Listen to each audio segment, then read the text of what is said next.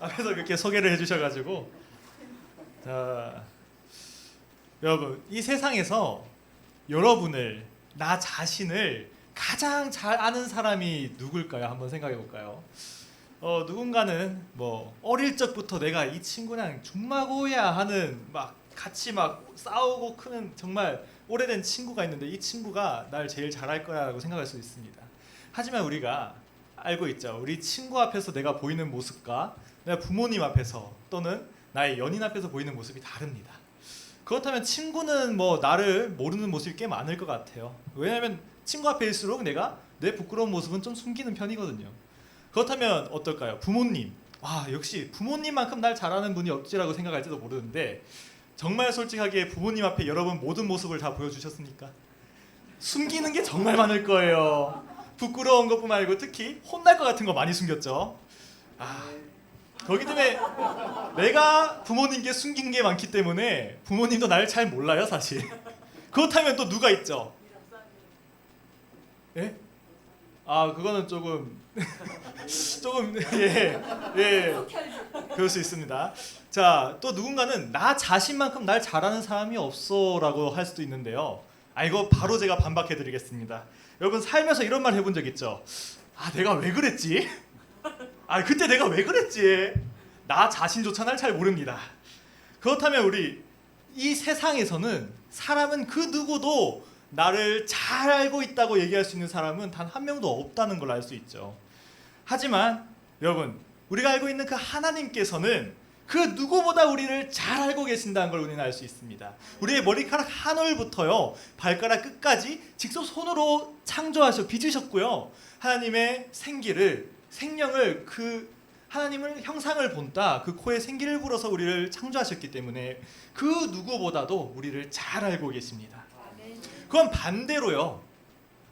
우리는 하나님을 얼마나 알고 있을까요? 천지 만물을 창조하셨고요. 시간과 공간에 제약을 받지 않는 그 하나님을 우리는 얼마나 알고 있을까요? 사실 우리는 하나님의 이름조차 모릅니다.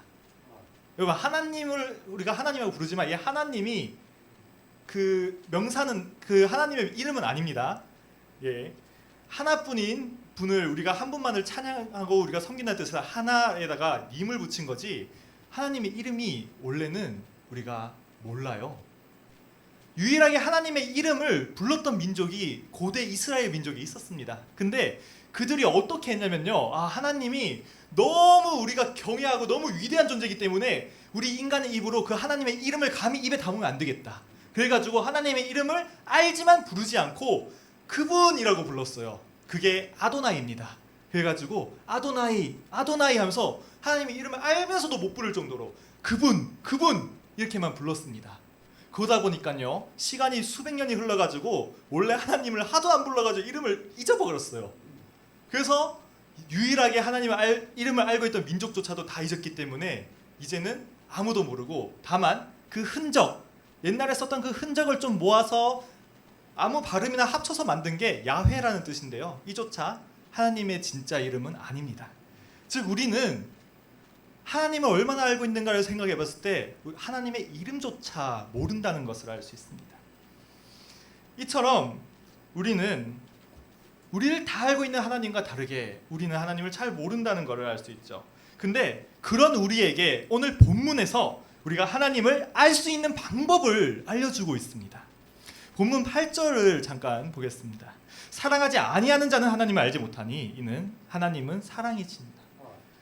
무슨 말이에요? 하나님이 누구라고요? 하나님은 사랑이라고 알려주고 있습니다.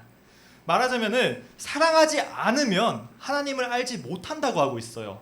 그럼 반대로 하나님을 알려면 어떻게 될까요? 사랑해야 되는 거죠. 사랑하는 사람은 하나님을 안다라고 직설적으로 얘기를 해주고 있는 거예요. 그렇다면 여러분 하나님이 얘기하는 여기서 나오는 이 사랑이 얼마나 위대한 사랑인지를 한번 알아봐야 됩니다. 사람이 우리가 살아가면서 느끼는 가장 큰 기쁨 그리고 가장 큰 행복과 또 가장 큰 쾌락이 어디서 나올까요? 바로 사랑할 때 나옵니다.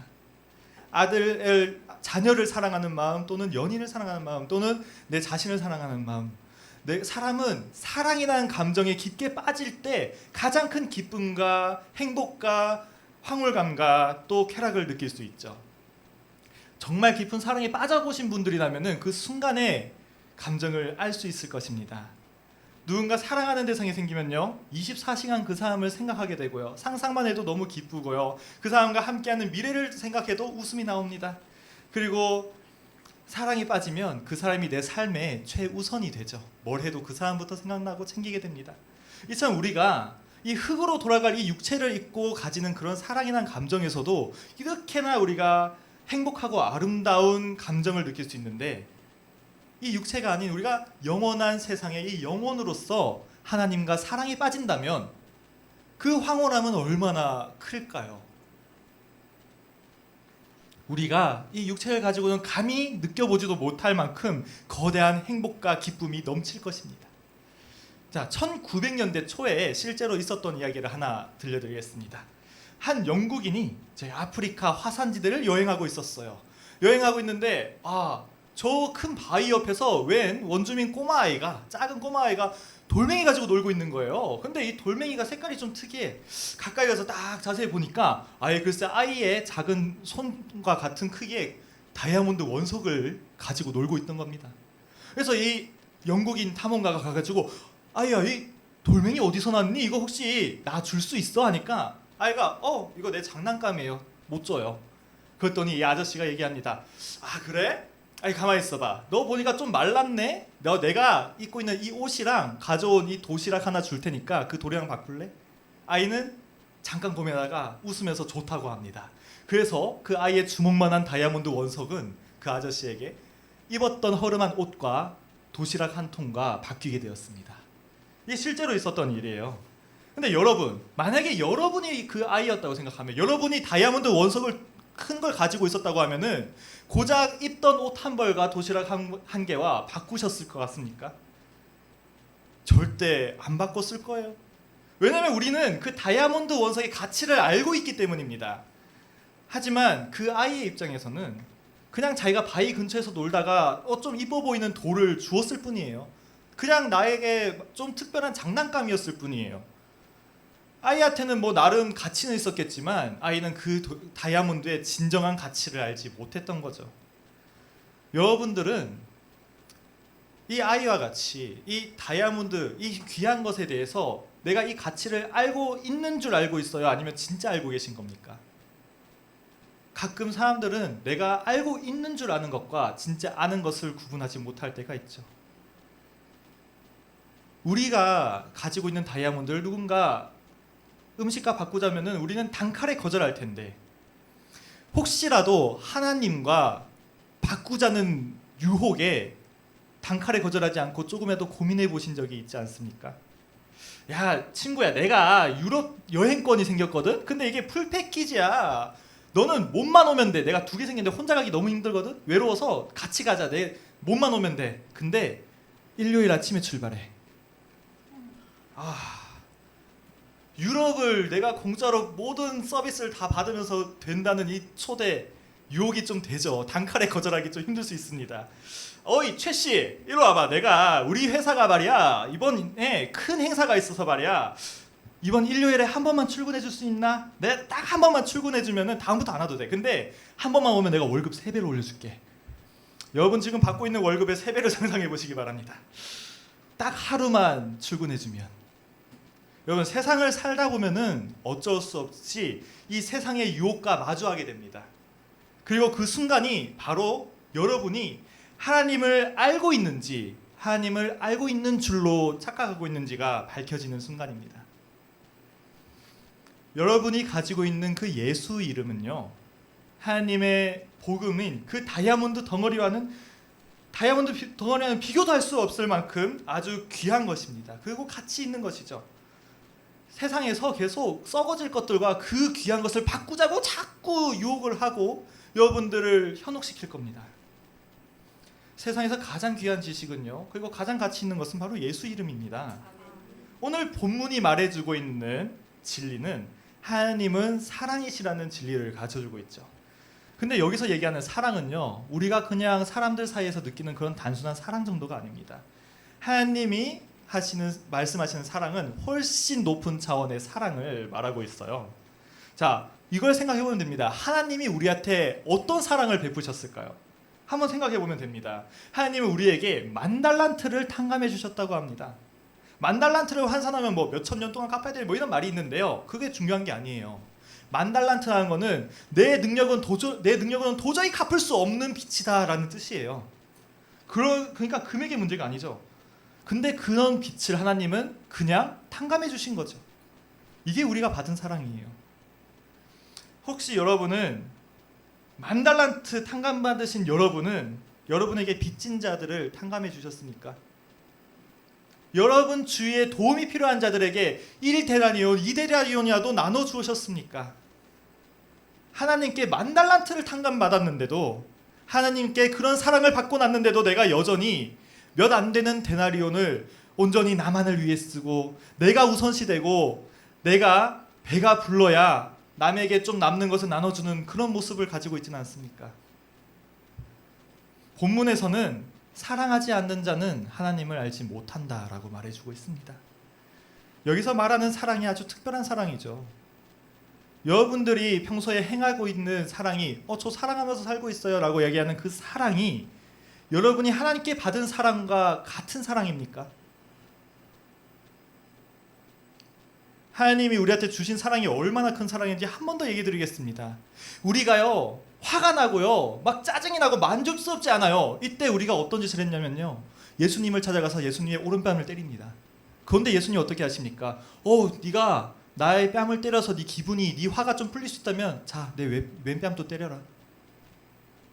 그게 예수님이 우리한테 보여준 사랑이고요. 내가 예수님을 절대 배신하지 않겠습니다. 나 하나님 절대 배신 안 해요 라고 했는데도 닭이 3번 울기 전에 3일이 가지 않아서도 하나님을 배신하는 우리의 모습을 보고도 야, 내가 너 사랑한다 라고 해주신 게 하나님이 보여주신 사랑입니다. 우리는 내가 베풀고 싶은 사랑을 베풀고 있는지, 아니면 내가 받은 사랑을 베풀고 있는지를 잘 생각해 봐야 된다는 거죠. 그렇지 아니한다면 단순히 옷과 음식 따위와 다이아몬드를 바꿨던 그 어린아이와 다를 것이 없습니다. 기회가 아직 있을 때, 나에게 기회가 있을 때 내가 하나님께 받은 사랑이 어떤 사랑인지를 한번 꼼꼼히 생각해 보시기 바라고요. 아직 기회가 있을 때 내가 하나님께 받은 사랑을 베풀고 나도 사랑을 하고 살지 않는가 한번 생각해 보시기 바랍니다.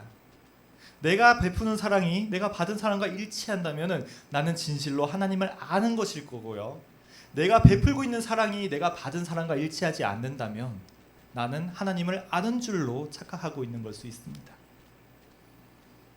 정말 하나님을 아는 자로서 살아가는 것, 오늘 이 본문 말씀을 절대 잊지 않고 살아가시길 바랍니다.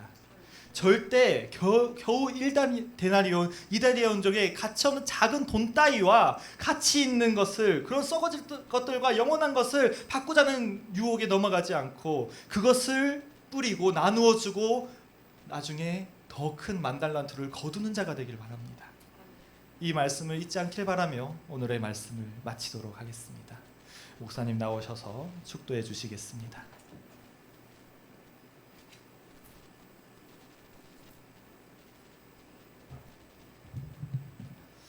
하나님께서 우리를 많이 사랑하시는 것을 날마다 확인하고 알게 하여 주시고, 하나님을 이전보다 더욱 사랑하는 흔적을 가지는 모든 성도가 되게 하여 주옵소서. 교사 헌신 예배로 나와 머리 숙이며 예물로 구별하고 수고와 봉사와 헌신으로 구별함을 받으시옵소서.